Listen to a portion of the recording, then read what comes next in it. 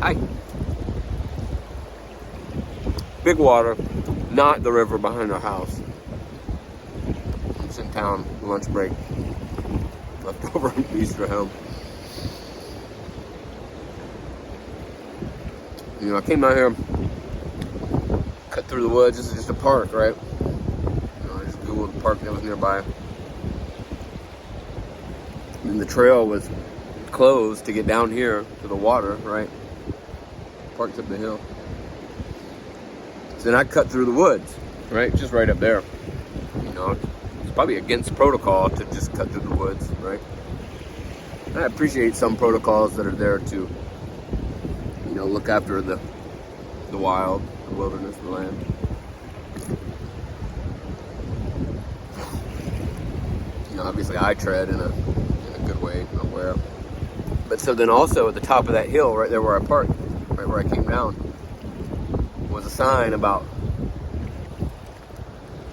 mommy, Indian something, missions, Indian missions, a critical component of winning the West. Ha! Dude.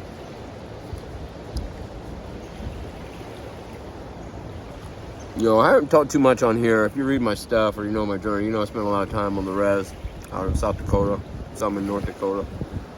A lot of time with Native folks, understanding our true history of American history, you know. Understanding what the missions were, you know. They're on a mission to destroy the indigenous way of life, you know. Making their prayer illegal till 1978. You know, Native American prayer was illegal till 1978. Holy cow. Punishable by death for a long time. Couldn't speak the language, couldn't sing the songs. Cut their hair. That's what the missions did. And now they're finding all these boarding schools with mass graves behind them, you know. Up in Canada, they're like, I was out on the Rosebud Res in South Dakota, and they returned, you know, 4 kids. We had a whole ceremony.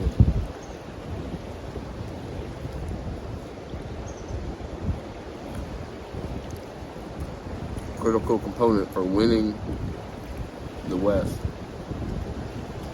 Winning, like it was a fair game or whatever. Holy cow. I don't have to get into that on here. You know, what we learn in school is nothing like what it was, what it is. And it just continues, you know, it's easy to say. I wouldn't have, if I was alive then, it wouldn't have been me. You know, if I was alive during slavery, I wouldn't have been that. You wouldn't have worn cotton clothes. You know, if you weren't the one that kept slaves or that genocided natives, you know, more than likely you still benefited through that, you know. You still benefit through that. So yeah, we weren't the ones that do it in this generation. You know, it's easy to say we wouldn't have done it by now. Still the ones that benefit now, currently, from the current day oppression that's still happening on the res, you know. And just like how the missions took the kids, kidnapped the kids, you know, killed the elders, made the adults drunk, strung out on alcohol, kidnapped the kids. You know, now the state just takes them away, right?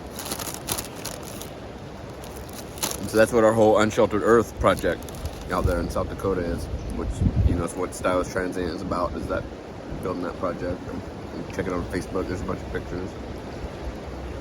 But that's an intermediate step, so before the state can take away kids, you know, gives parents or grandparents, you know, sometimes like a grandparent has custody of like 3 grandkids because the parents are, you know, alcohol, meth, in jail for possessing a substance that was legally purchased in the next state over.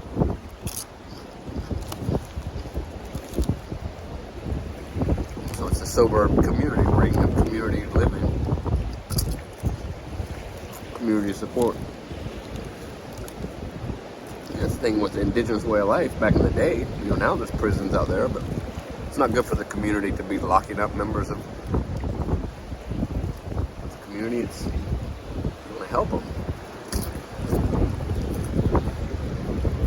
But in this country, locking people up is business. You know, make tons of money. They build prisons that don't even have people to go in them, and then they introduce meth into the same places where they just built this new prison, and all of a sudden the prison's full. Holy cow. Anyway, I didn't really come down here to talk about that. I mean, I guess I didn't know what I was coming to talk about. I left my notebook up the hill. I was just thinking about the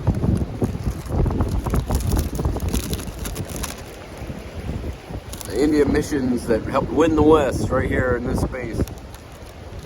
So they could put up a sign and tell me I'm not allowed to walk down this hill, down here to this water.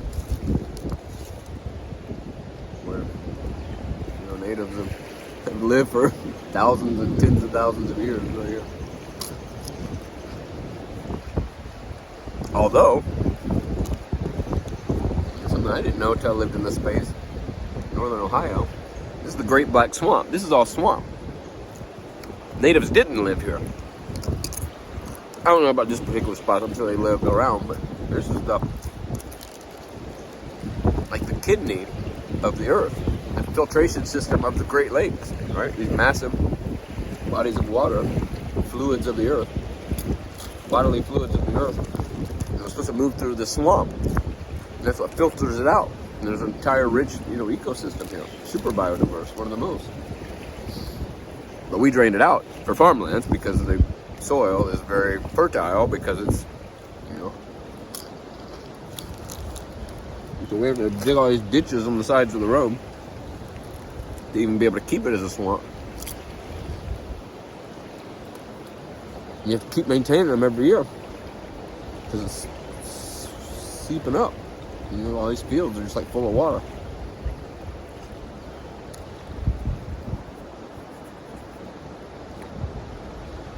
So my takeaway from that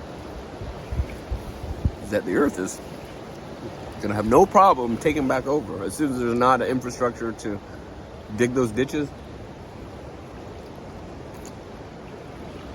The swamp's already taken back over. You have to fight so hard to do anything. It's like the coastlines that are eroding, and every year they have to harvest sand from somewhere else, dig some other coastline out, and bring sand in to rebuild the coast because it's eroding. And there's $1 million houses right there on the ocean front. So you have to bring in that sand because you can't risk losing your property. Or Miami being underwater. Their biggest municipal expense is pumping water out of town back into the ocean. They're just going to have no problem reclaiming.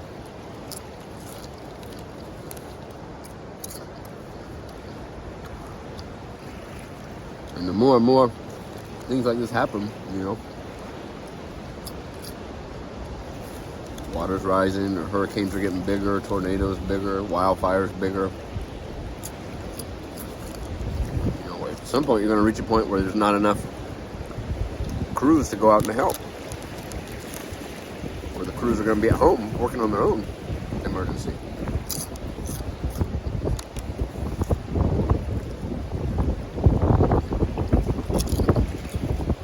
Once we've run out of people to be rebuilding this infrastructure that's trying to contain the earth, or hold back the earth, or dominate the earth, That's not going to happen.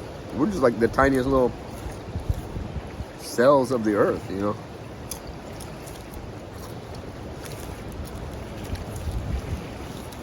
like a little cell of your fingernail trying to think that it can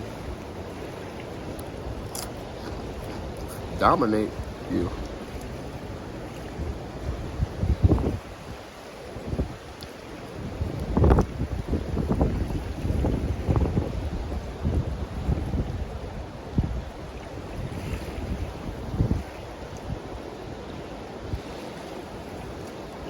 I'm on lunch break right now. I've been doing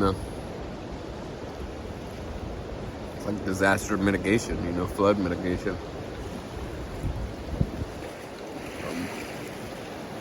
They do natural stuff, but the jobs I've been on so far this week are just like pipes that burst. Water heater burst in this house I was just at. Pipe had burst somewhere else from, winter time or something.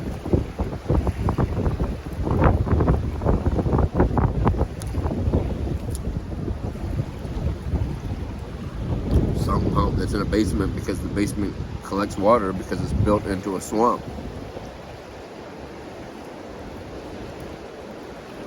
And if that infrastructure is not maintained, the Earth's taken back over.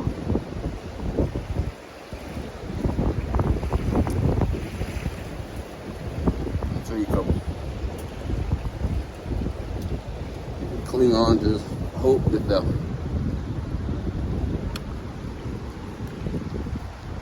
this way of life, that dominating the earth with science and mechanical steel and concrete and plastic, that's gonna win. You know, you can invest all your future in that. That technology will not save the earth, but it will save this way of life that the dominant culture lives right now.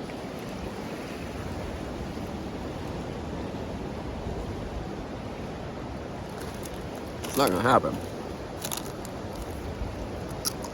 It's 11:11 on the timer when I looked up, set it up.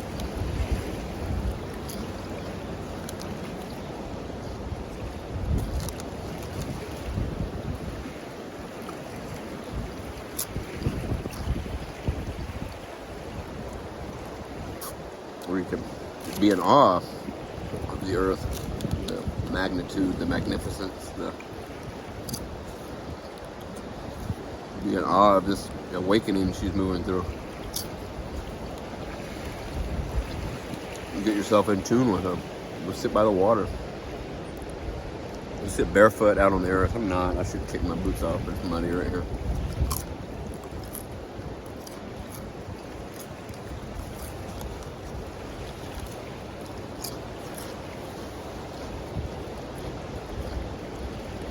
She's waking up. Waking up all the cells of her body, you know, all of her organs, all of her organisms, all the individual components, the greater systems of her body.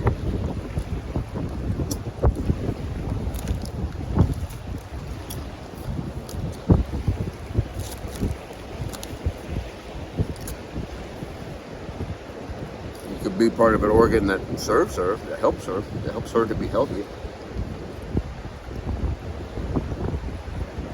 It's in tune with her biggest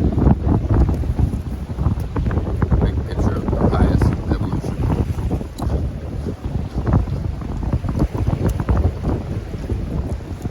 Or you could just be part of that thumbnail that's trying to take over. She's gonna clip it right off. Scraping off the skin cells that she's outgrown, you know.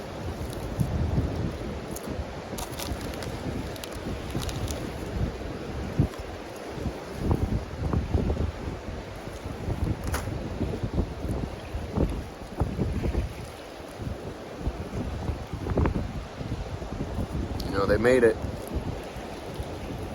illegal to be native because they were scared of power of native spirituality, connection with the land.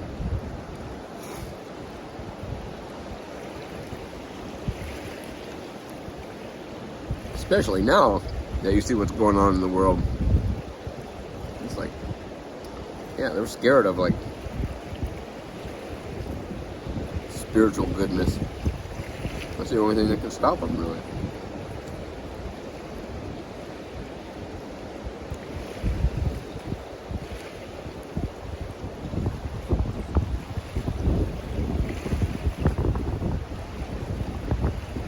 Demonize it, villainize it, make it satire, make you think that the natives are just cartoon characters running around, scraping by on nuts and berries. They had intricate roadways, democracy, trade networks. You know, the first explorers that showed up here reported back that it was like the Garden of Eden. Looked like it was just perfectly manicured garden. It wasn't untouched by man, it was tended by man.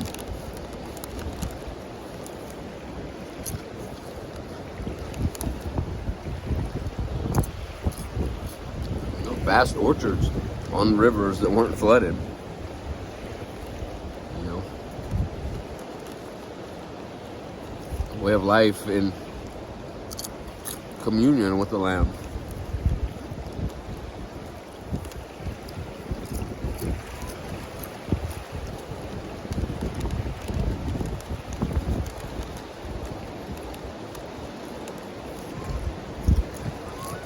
That doesn't make anybody any money though. Everybody just has everything they need and agency over their own life.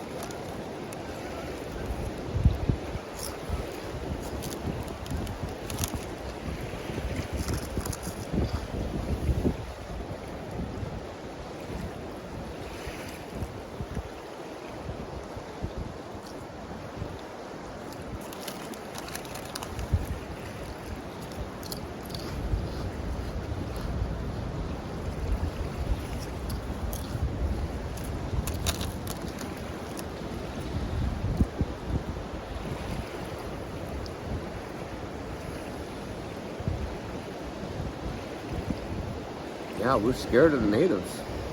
So we send them hiking. Put them up on the reservations created by the War Department as POW camps. Every reservation has a POW camp number. Rosebud and Pine Ridge are 344 and 345. Old timers would have that number, their POW number tattooed on them.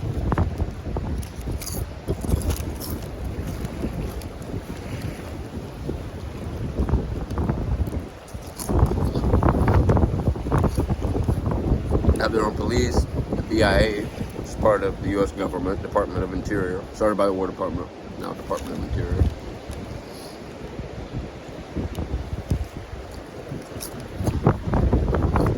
They can't arrest anybody off the res. They can't arrest a non-tribal member, a white person, that's on the reservation. If I committed a crime on the reservation, the BIA can't arrest me. They have to call somebody from the outside county, the sheriff or whoever, to come onto the reservation, and if they want, they can take me off of the reservation and arrest me.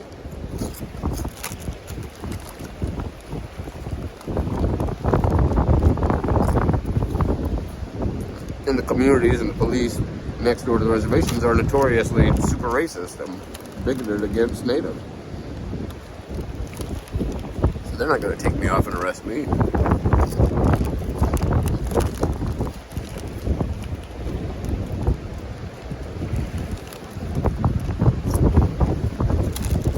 At the same time, we have incredibly high rates of Native women being abducted, missing and murdered indigenous women.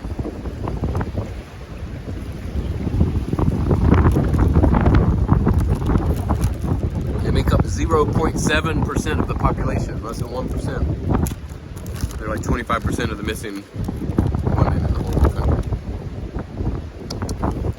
Somebody can come in from one of these communities next door to the rest.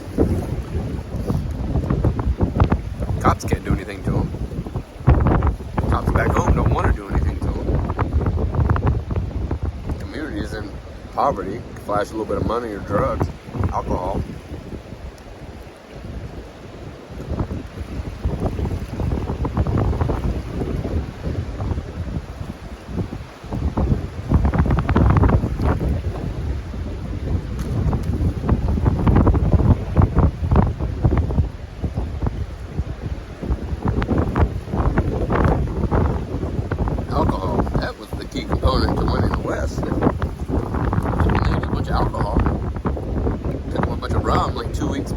Treaties. Got them all liquored up. Then came back and cut them off on the rum. Told them they couldn't have any more unless they signed the treaties.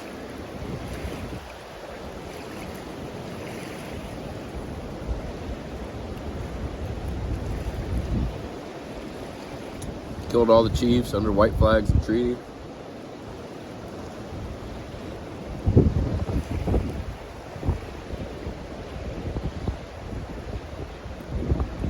But none of us would have done that. That was all back in the past. We've never done that today.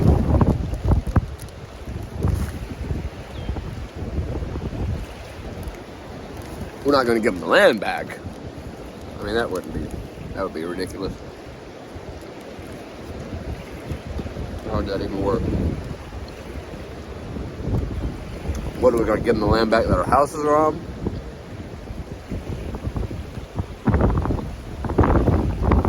And then they would be our landlords. We'd pay taxes to them. So,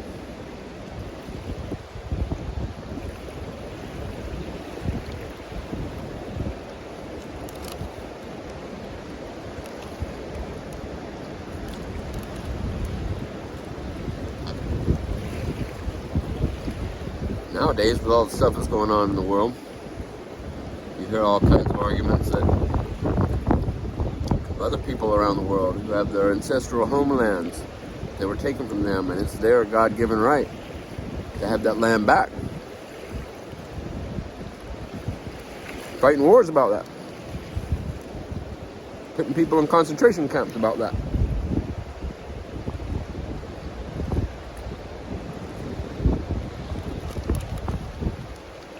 Interesting.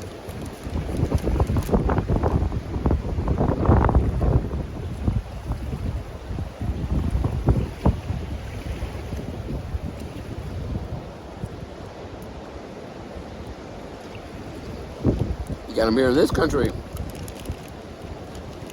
scooping up people, putting them in camps. People that are more indigenous to this continent than anybody that looks like me.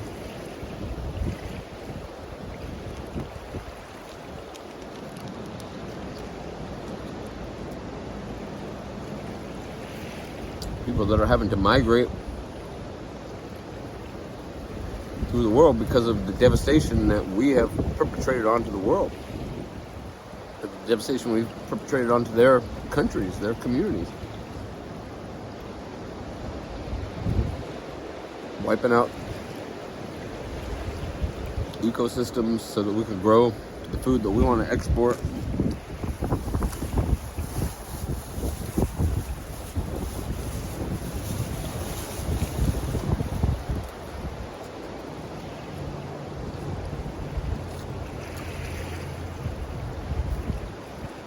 There's a bunch of stuff going on out there in the world nowadays. It could be a lot. It could be a lot and get overwhelming. You open up and look at the news every day, and it's just more and more. I feel like everything's crumbling, or it's getting worse and worse, you know.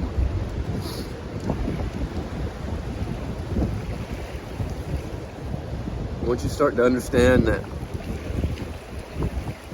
this shift is coming, this awakening, this transformation, this evolution, you know, I've been talking about it for years. Unci Maka, that whole book, you know, it's unstoppable. And they know that it's unstoppable. And they are trying like hell to stop it. They're trying to keep us distracted, keep our nervous systems just so frazzled that we can't connect with the earth and be in tune with the earth, our higher consciousness, our guides, or whatever it is for you. They are desperately trying to cling on to that power.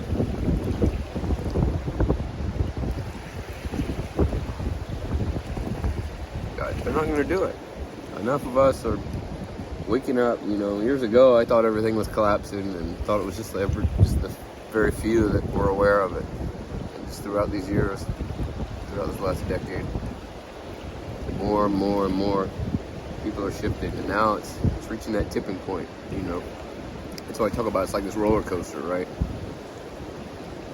So we're rolling this roller coaster, and those front cars, people that have been on this for a long time, visionaries, seers, intuitives, they could see where we're headed and see this awakening.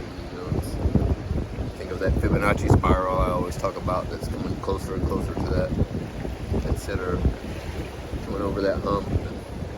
They could see where we're headed. And then the next set of cars come over. I have my awakening in there sometime. And you think, oh crap, here it comes, we're getting ready to go pouring over into this whole new thing. And you just creep along and you're not quite there, right? Because the rest of the train's still, the roller coaster's still behind you. So then a little bit more, more people are starting to, and at some point, we're reaching that point where enough people are going to be in the front of that train and see where we're headed, and we're no longer lost and distracted and worried and living in fear and scarcity, and because enough people could see and will know that we'll be able to hold that vibration, we'll be able to hold that knowing of where we're going.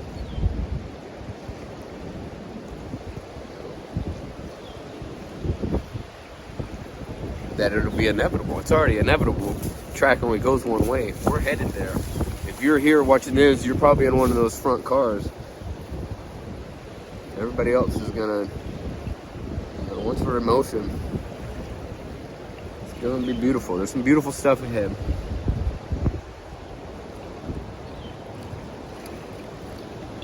There's some real beautiful stuff ahead. This is beautiful.